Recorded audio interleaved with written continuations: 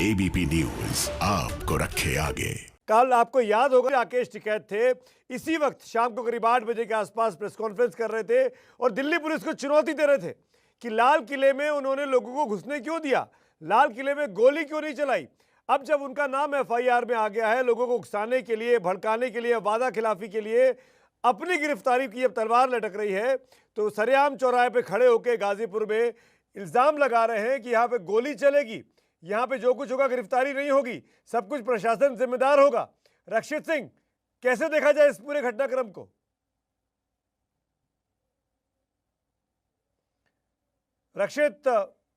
रक्षित के साथ सिग्नल का इशू आ रहा है। कई जगह पर दिल्ली एनसीआर में इंटरनेट कनेक्शंस अभी तक प्रशासन ने ठीक नहीं किए, क्योंकि इंटरनेट के जरिए तमाम अफवाहों को फैलाया जा रहा है, व्हाट्सएप के जरिए तमाम अफवाहों को फैलाया जा रहा है, इसीलिए कनेक्टिविटी का इशू है। लेकिन अंकित गुप्ता, आप जहां मौजूद हैं, मैं आपके पास आना चाहता हूं।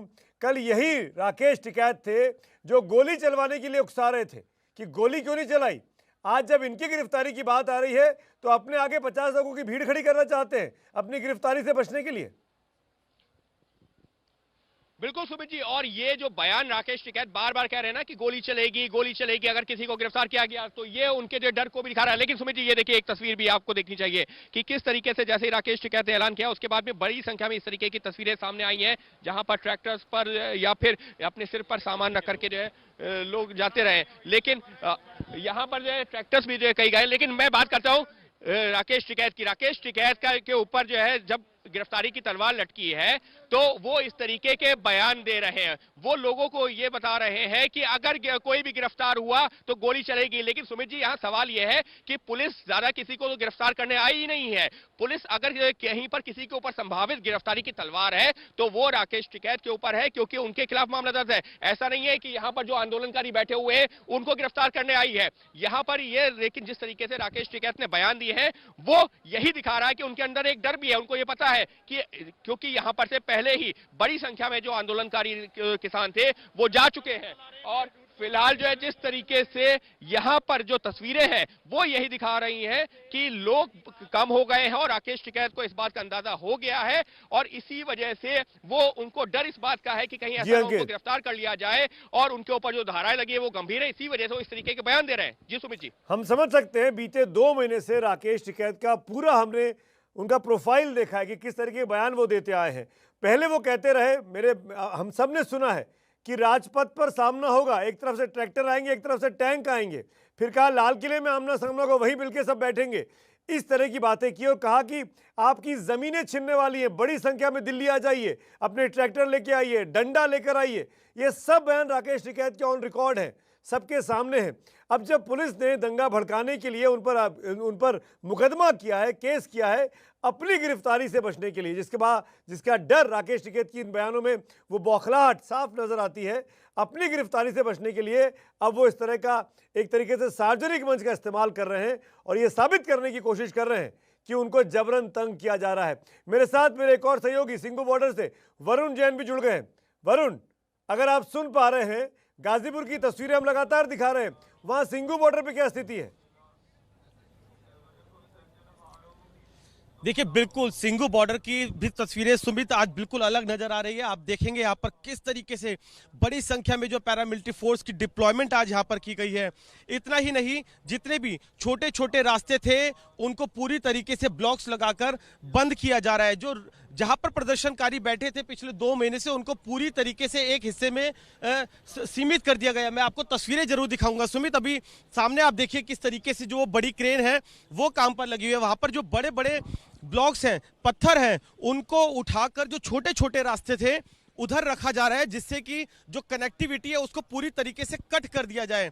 अगर यहाँ पे सीधे हाथ की तरफ कैमरामैन दिखाएं, जहां पर कुछ और पुलिसकर्मी खड़े हैं, यहाँ पर सुमित जी ये आखिरी वो पॉइंट था जहां से प्रदर्शनकारियों की इस पॉइंट को भी पूरी तरीके से बैरिकेड स्टे लगाकर ब्लॉक कर दिया। यानी कि अब जो कनेक्टिविटी है पूरी तरीके से आंदोलनकारियों तक आने जाने की दिल्ली से बंद हो गई है। ना ही वो उनका कोई शख्स पैदल भी इस तरफ आ सकता है, ना ही पैदल कोई इधर से दूसरी तरफ प्रदर्शनकारियों की तरफ जा सकता है। तो कहीं ना कहीं स्ट्रेटजी के लिए देखें तो वरुण आप रुकिए, इस वक्त एक बड़ी खबर आ रही है। वरुण, एक बड़ी खबर आ रही है, रुकिए जरा, मैं लौटूंगा आपके पास, सिग्नल का इश्यू है वहां पर। एक बहुत बड़ी खबर इस वक्त आ रही है, समझने की जरूरत है। लाल किले पे जिस तरीके से एक धार्मिक ध्वज फहराया गया तिरंगे को हटाकर, उस पूरे मामले में देशद्रोह का केस दर्ज हो गया है। देशद्रोह, सिडिशन का मामला दर्ज हो गया है। लाल किले में जिस तरीके से किसी दूसरे धर्म के ध्वजा को, के झंडे को फहराया गया, इस वक्त की ये बड़ी खबर है। देशद्रोह का ये पहला मामला है। कल पुलिस ने कहा था, कल पुलिस ने ये ऑफ रिकॉर्ड कहा था, इस तरह की हम चर्चा चल रही थी कि हम मामले को इन्वेस्टिगेट कर रहे हैं कि सिडिशन लगाना चाहिए कि नहीं लगाना चाहिए।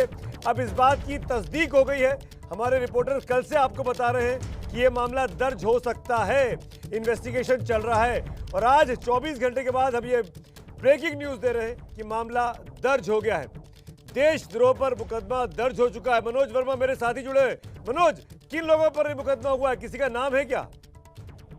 जी बिल्कुल, देखिए आपको बताना चाहूंगा कि अभी इसमें किसी को नामजद नहीं किया गया है, इसमें किसी का नाम नहीं है। लेकिन जैसा कि कल पुलिस कमिश्नर ने साफ किया था अपनी प्रेस कॉन्फ्रेंस के दौरान कि दिल्ली पुलिस की स्पेशल सेल, क्राइम ब्रांच और जो लोकल पुलिस है वो इस पूरे दंगे को इन्वेस्टिगेट करेगी जो 26 जनवरी को हुआ। तो आज जो दिल्ली पुलिस की स्पेशल सेल है उसने मुकदमा दर्ज कर लिया है और देशद्रोह और यूएपी एक्ट के तहत जो है मुकदमा दर्ज किया गया है। अब कहीं ना कहीं आप समझ सकते हैं कि सभी लोगों की मुश्किलें बढ़ने वाली है, क्योंकि अब तक इस मामले के अंदर 33 FIR दर्ज हो चुकी है, जिसमें से 9 FIR को क्राइम ब्रांच को ट्रांसफर कर दिया गया है।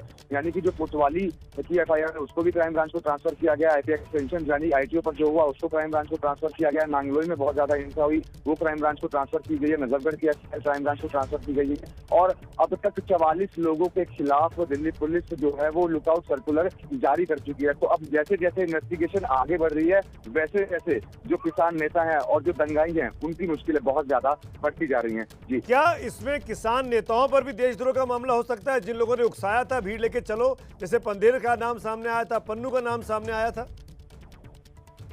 बिल्कुल, देखिए सुमित, जैसे जैसे पुलिस की इन्वेस्टिगेशन आगे बढ़ेगी और जैसे जैसे उनसे पूछताछ होगी, तभी इन चीजों को हम आगे कह सकते हैं कि उनके ऊपर क्या सेक्शन बनता है। लेकिन मैं आपको ये बताना चाहूंगा कि किसान नेताओं को भी नोटिस जारी किया है दिल्ली पुलिस ने कि आप 3 दिन के अंदर अपना जवाब दीजिए कि आप। बिल्कुल, बड़ी खबर मनोज वर्मा दे रहे हैं इस वक्त की, ये सबसे बड़ी खबर है।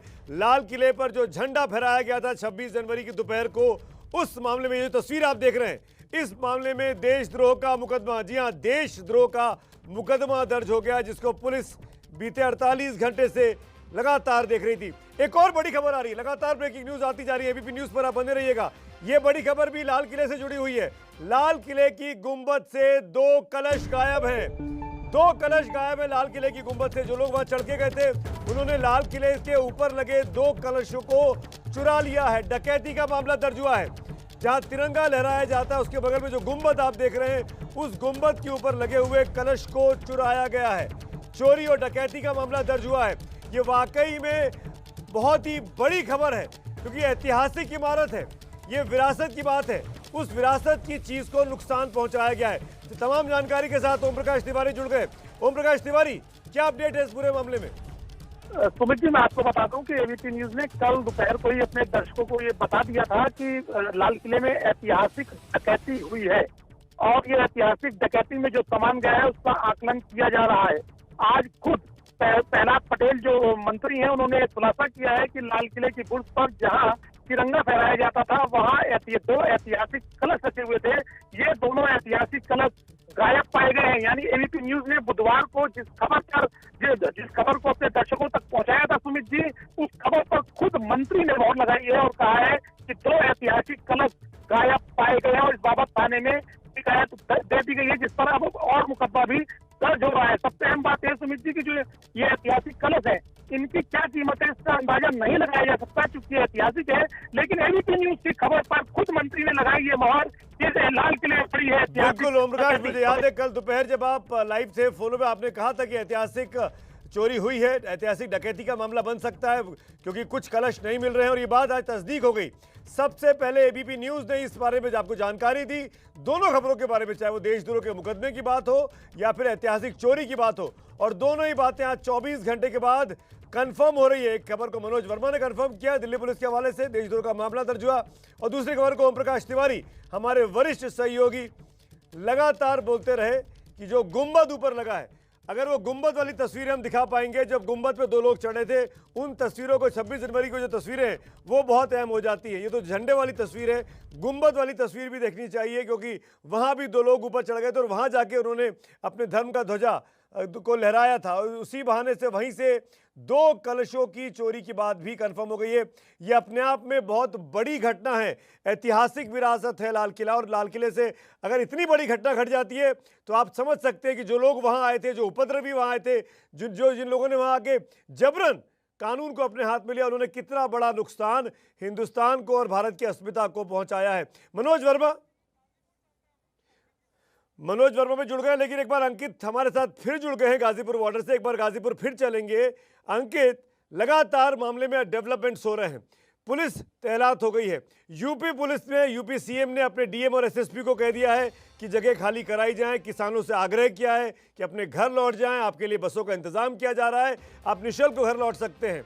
ऐसे में राकेश टिकैत का ये बयान, क्या वहां पर गाजीपुर में जहां आप खड़े हैं, आने वाले कुछ घंटों में क्या सिचुएशन को और संगीन कर सकता है, तनावग्रस्त कर सकता है कि गोली चलेगी तो यहीं चलेगी?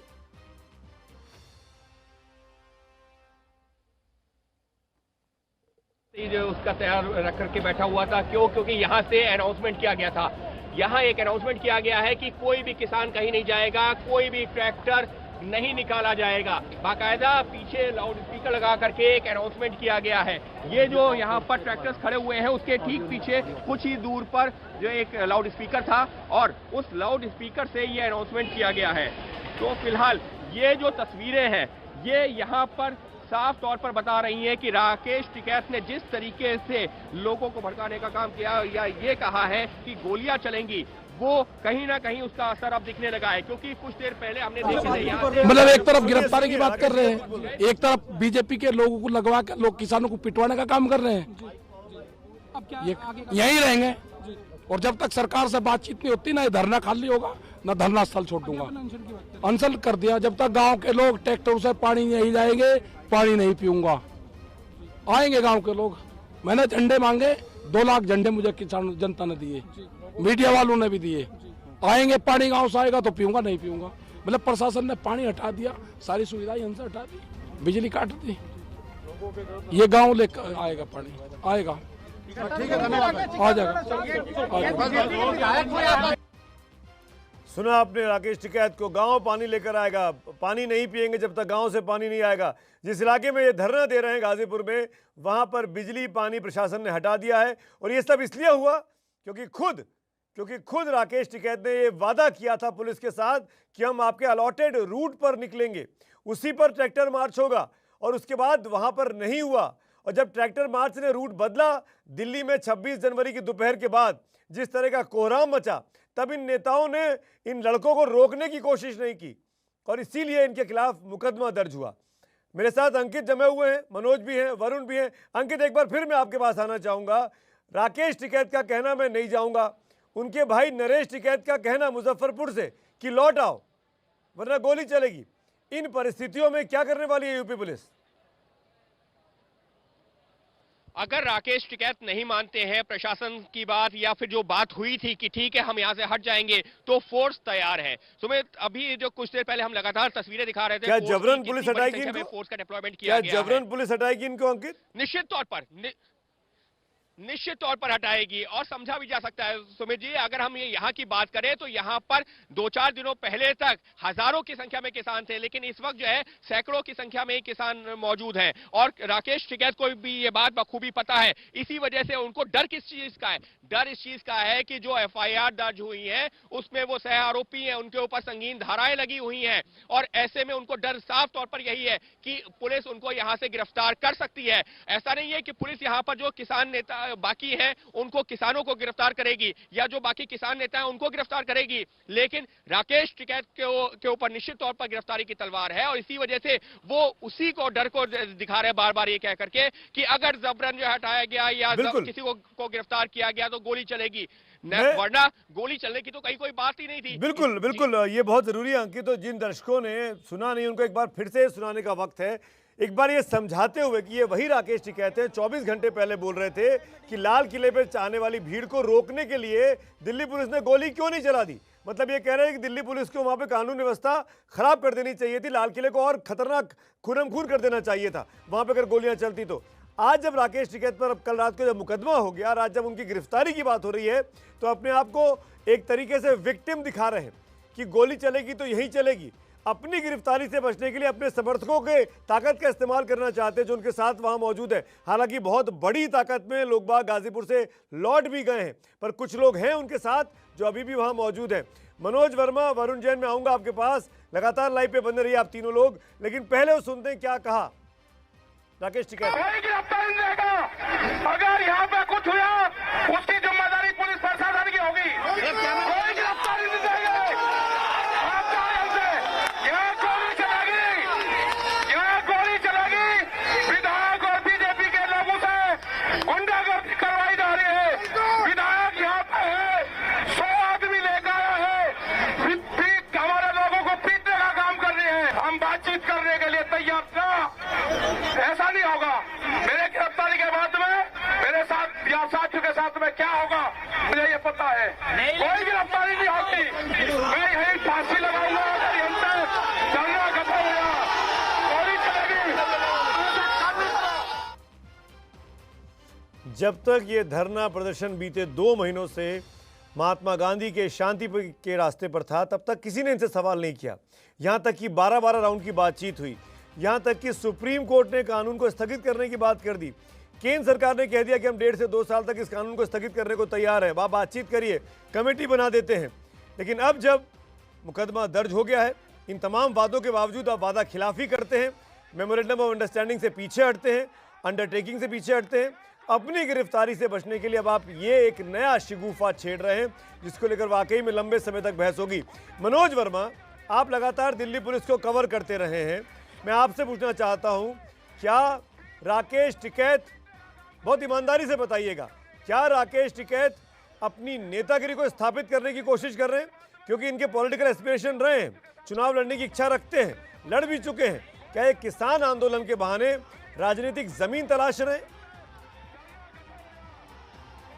जी बिल्कुल सही कह रहे हैं सुमित, और बिल्कुल ऐसा ही कर रहे हैं। जिस तरीके से उनके लगातार बयान सामने आते रहे हैं, उन बयानों को अगर समझा जाए तो वो कहीं ना कहीं यही कोशिश कर रहे हैं। और अब जिस तरीके से वो कहीं ना कहीं फंसते नजर आ रहे हैं तो खुद भी नहीं समझ पा रहे हैं कि आखिरकार उनको करना क्या है, क्योंकि अब मामला दर्ज हो चुका है और कहीं ना कहीं दिल्ली पुलिस कमिश्नर ने कल ही ये साफ कर दिया था कि दोषियों को बख्शा नहीं जाएगा, क्योंकि साफ तौर पर विश्वासघात किया गया है, दिल्ली पुलिस के साथ विश्वासघात हुआ है। जो एक तय रूट था उस रूट पर किसान नहीं चले और उसके बाद दिल्ली में जो हुआ वो हर किसी ने देखा। तो अब कहीं ना कहीं अपने आप को फंसता हुआ देख राकेश टिकैत ये नहीं समझ पा रहे कि आखिरकार उनको अब बचना कैसे है, क्योंकि अब दिल्ली पुलिस की इन्वेस्टिगेशन में उनका नाम भी सामने आ चुका है। पूछताछ के लिए उनको नोटिस भी भेजा, माफी चाहूंगा कि उनको एक नोटिस भेजा जा चुका है। कारण बताओ नोटिस की 3 दिन में आप ये बताएं कि आपके खिलाफ एक्शन क्यों नहीं लिया जाए, क्योंकि आपने विश्वासघात किया है। एक जो रूट तय हुआ था आपने वो नहीं माना और उसके बाद दिल्ली के अंदर इतनी बड़ी हिंसा हो गई जिसमें 394 पुलिसकर्मी घायल हो गए और इतनी प्रॉपर्टी को नुकसान पहुंचा। तो अब राकेश टिकैत फंस रहे हैं, बाकी जो किसान नेता है वो भी फंस रहे हैं।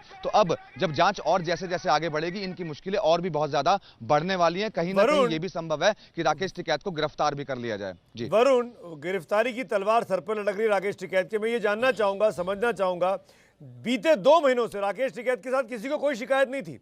हम तमाम लोगों ने उनको लाइव टीवी चैनल पर बिठाया, लाइव उनकी बातें सुनवाई, उनकी बातें सुनी भी। वो तमाम ऐसे बयान देते रहे जिसको देखकर ये लगता था कि ये लोगों को दिल्ली लाने के लिए आह्वान कर रहे हैं कि बड़ी संख्या में आओ, ट्रैक्टर लेके आओ, जमीन छीनने वाली है, डंडा झंडा लेकर आओ। ये तमाम चीजें चली लाइव टीवी पर। मैं आपसे पूछना चाहता हूं, अब किसान संगठनों में फूट पड़ गई है। वीएम सिंह साफ तौर पर कह रहे हैं राकेश टिकैत ने पूरा बवाल करवाया जो कुछ हुआ लाल किले पर। क्या ये वीएम सिंह और राकेश टिकैत की निजी लड़ाई है या वाकई में राकेश टिकैत जो हैं वो कानून को धता बता रहे हैं?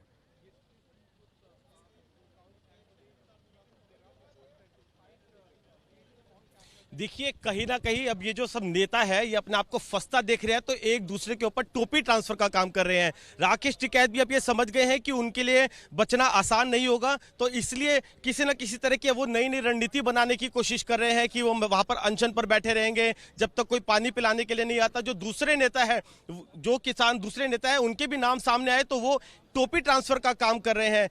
समझ चुके हैं कि पूरी तरीके से फंस चुके हैं, वादा खिलाफी की है। जब तक शांतिपूर्ण तरीके से बैठे थे सब उनको सपोर्ट कर रहे थे, लेकिन जो तस्वीरें सामने आई, जो हिंसा दिल्ली ने देखी, वो कहीं ना कहीं हर कोई इस बात को लेकर सवाल उठा रहा है कि आखिरकार ये हिंसा क्यों हुई, इस तरीके की तस्वीरें क्यों आई, और साथ ही पुलिस का जो सख्त रवैया देखने को मिल रहा है। सुमित, इससे पहले भी पुलिस हमेशा डिप्लॉय रही थी, लेकिन इस तरह की कोई स्थिति नहीं आई थी कि पुलिस उनके ऊपर एक्शन ले। लेकिन अब जो परिस्थितियां पूरी तरीके से पलट चुकी है, तो अब ये नेता भी अपने आप को घिरता हुआ देखकर एक दूसरे के ऊपर टोपी ट्रांसफर करने की कोशिश कर रहे हैं, एक दूसरे के ऊपर दोषारोपण कर रहे हैं, लेकिन बचा नहीं जा सकता। अंडरटेकिंग है, पुलिस को लिखित में दे रखा है, यूएपीए और देशद्रोह जैसी धाराओं में मुकदमा दर्ज हो चुका है। ऐतिहासिक जो स्मारक है वहां पे इस तरह की डकैती हुई है, इस तरह की धाराएं हैं, तो इनकी मुश्किलें बहुत ज्यादा बढ़ चुकी है। इसलिए एक दूसरे के ऊपर दोषारोपण चल रहा है और इस तरह की रणनीतियां बनाने की कोशिश हो रही है कि एक जिम्मेदार न्यूज चैनल है एबीपी न्यूज, और इस बात को हम फिर से दोहराना चाहेंगे कि लोकतंत्र में आंदोलन का अधिकार, प्रोटेस्ट का अधिकार, धरने का अधिकार सबको है। आपको धरना देने का अधिकार है, आपको अपनी बात कहने का पूरा अधिकार है, और आप बीते 60 दिनों से कर भी रहे थे, और पूरा का पूरा देश आपके साथ खड़ा था। जब तक आपका प्रदर्शन शांतिपूर्ण था, पूरे देश ने आपके प्रदर्शन को देखा, सराहा, चाहे माने या ना माने, लेकिन आपके लोग हमेशा चर्चा में रहे। लेकिन ये पहली बार हुआ है कि जब प्रदर्शन हिंसक हुआ, जब दिल्ली पुलिस को जबरदस्ती मारा गया, सरकारी प्रॉपर्टीज को नुकसान पहुंचाया गया, 26 जनवरी वाले दिन, गणतंत्र दिवस के दिन पर लाल किले पे चढ़कर झंडा फहरा दिया गया किसी एक खास धर्म का। क्या ये चीजें माफ की जानी चाहिए? क्या प्रदर्शन के नाम पर, आंदोलन के नाम पर एनार्की, जबरदस्ती मानी जा सकती है? ये एक सोचने का विषय जरूर है, और ये किसी भी संविधान में, किसी भी कानून में इस तरह की बात इजाजत नहीं दी जा सकती, जब कोई व्यक्ति आंदोलन के नाम पर कानून को, संविधान को अपने हाथों में ले ले। पुलिस से आप ही ने अंडरटेकिंग दी थी, और उसके बाद आप ही उसी अंडरटेकिंग से मुकर गए, और फिर आपने उस मुकरे हुई स्थिति में चीज़ों को कंट्रोल करने की कोशिश नहीं की। इसीलिए आज राकेश टिकैत जैसे नेता परेशान घूम रहे हैं। हम दिखाते हैं राकेश टिकैत ने क्या कहा, किस तरीके से अब वो थोड़े से बौखलाए हुए नजर आ रहे हैं। कोई गिरफ्तारी नहीं देगा। अगर यहाँ पे कुछ हुआ, उसकी जिम्मेदारी पुलिस प्रशासन की होगी। कोई गिरफ्तारी नहीं देगा।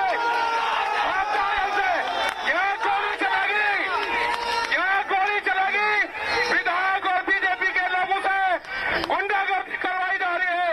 विधायक यहाँ पे है, 100 आदमी लेकर आया है, हमारे लोगों को पीटने का काम कर रहे हैं। हम बातचीत करने के लिए तैयार था, ऐसा नहीं होगा। मेरे गिरफ्तारी के बाद में मेरे साथ या साथियों के साथ में क्या होगा मुझे ये पता है। कोई गिरफ्तारी नहीं होगी।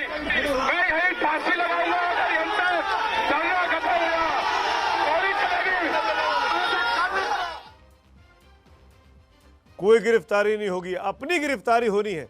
दिल्ली पुलिस ने इनके साथियों पर कोई मुकदमा नहीं किया है, राकेश टिकैत पर मुकदमा हुआ है, क्योंकि अंडरटेकिंग पे इनके हस्ताक्षर थे। ये जाके दिल्ली पुलिस के साथ बातचीत कर रहे थे, इन्होंने कहा था कि हम आपके बताए हुए रूट पे चलेंगे। उसके पहले लगातार इनके बयान आते रहे कि ट्रैक्टर और टैंक का मिलन होने वाला है, राजपथ पर परेड निकालेंगे, लाल किले पे तमाशा होगा।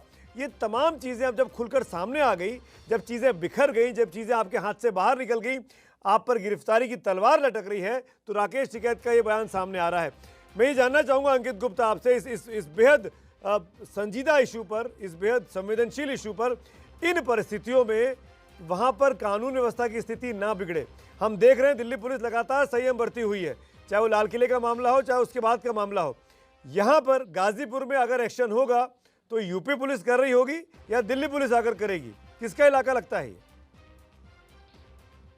जी फिलहाल यहाँ पर दिल्ली पुलिस भी है और यूपी पुलिस भी है। तो अगर जो है मैं बात करूँ कि जिस जगह पर हम मौजूद हैं, ये सामने से वैशाली शुरू हो जाता है, लेकिन अगर हम इसी से जो थोड़ा सा आगे देखते हैं, ये जो हाईवे है यहाँ पर जो है आगे से दिल्ली पुलिस, तो दिल्ली पुलिस भी नजर आ रही है और यूपी पुलिस भी नजर आ रही है। लेकिन सुमित जी, अगर मैं इस वक्त जो एक जानकारी जिस बात का भी आप लोग चर्चा कर रहे थे कि राकेश टिकैत आखिर बौखलाए हुए क्यों है। राकेश टिकैत बौखलाए हुए इस वजह से है क्योंकि जिन धाराओं के तहत मामला दर्ज हुआ है, राकेश टिकैत को भी बखूबी पता है कि जिन धाराओं के तहत मामला दर्ज हुआ है उसमें जो मौजूदा अभी तक धाराएं लगी थी उसमें अधिकतम 10 साल तक की सजा का प्रावधान है, और अब तो देशद्रोह की धारा के तहत भी एक मामला दर्ज हो गया है। अब सवाल ये उठता है कि क्या उस एफआईआर में भी राकेश टिकैत का नाम होगा क्यों ये महत्वपूर्ण क्यों हो जाता है? वो महत्वपूर्ण इस वजह से हो जाता है क्योंकि पुलिस जो भी मामला दर्ज कर रही है उसमें आईपीसी की धारा 120 बी लगा रही है। थोड़ा कानूनी पहलू है, समझना जरूरी है। 120 बी लगा रही है। 120 बी कहता है जो साजिशन आपराधिक षड्यंत्र रचा गया है, और 120 बी किसी भी मामले में महत्वपूर्ण इस वजह से हो जाता है आपराधिक षड्यंत्र की धारा कि जो मुख्य आरोपी के ऊपर धारा लगी होती है। अगर ये मान भी ले कि वो कृत्य जो है सह आरोपी ने नहीं किया है, लेकिन जो कृत्य मुख्य आरोपी ने किया है उसी के तहत अदालत अगर सजा दोषी करार देती है और सजा सुनाती है तो जो सह आरोपी होता है उसको भी वही सजा मिलती है।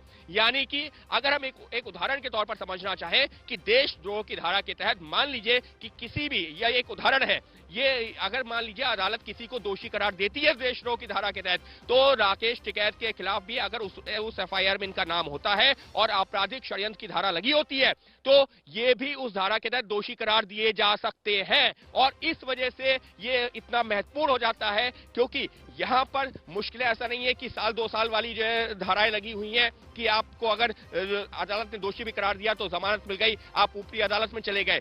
मुश्किलें बढ़ जाएंगी और ये बात राकेश टिकैत को बखूबी पता है क्योंकि इससे पहले उनके ऊपर जो मुकदमे हैं वो खुद कहते हैं कि कई राजनीतिक मुकदमे हैं, कई आंदोलन किए थे, वो मुकदमे दर्ज हुए हैं, लेकिन यहाँ जो धाराएं हैं वो बहुत महत्वपूर्ण है और इस वजह से राकेश टिकैत लगातार अब इस तरीके से बौखलाहट में बयान दे रहे हैं। जी सुमित, समझ में आ सकता है जो बात आपने समझाई कानूनी तौर पर, वाकई में काफी ज्यादा चीजों को साफ करती कि राकेश टिकैत ने कितनी बड़ी मुसीबत अपने लिए खड़ी कर ली है। मेरा सवाल तो उन राकेश टिकैत के तमाम साथियों से है जो उनके साथ मंच शेयर करते हैं, जो उनके साथ जाके 35-40 संगठन सरकार के साथ बातचीत कर रहे हैं। वो तमाम संगठन क्या इस बात को कंफर्म करेंगे कि अगर वो राकेश टिकैत ये कहते हैं कि लाल किले में गोली चलानी चाहिए थी दिल्ली पुलिस को, तो क्या कक्का जी, तो क्या दर्शनपाल साहब, तो क्या योगेंद्र यादव, तो क्या पन्नू जी, पंधेर जी उस बयान से सहमत हैं कि दिल्ली पुलिस को 26 जनवरी को लाल किले पर गोली चला देनी चाहिए थी? राकेश टिकैत सिर्फ कुल मिलाकर लोगों को चीज़ों को उकसाने का, भड़काने का काम करते ज्यादा नजर आ रहे, अपने उग्र स्वभाव के चलते, ऐसा समझ में आ रहा है।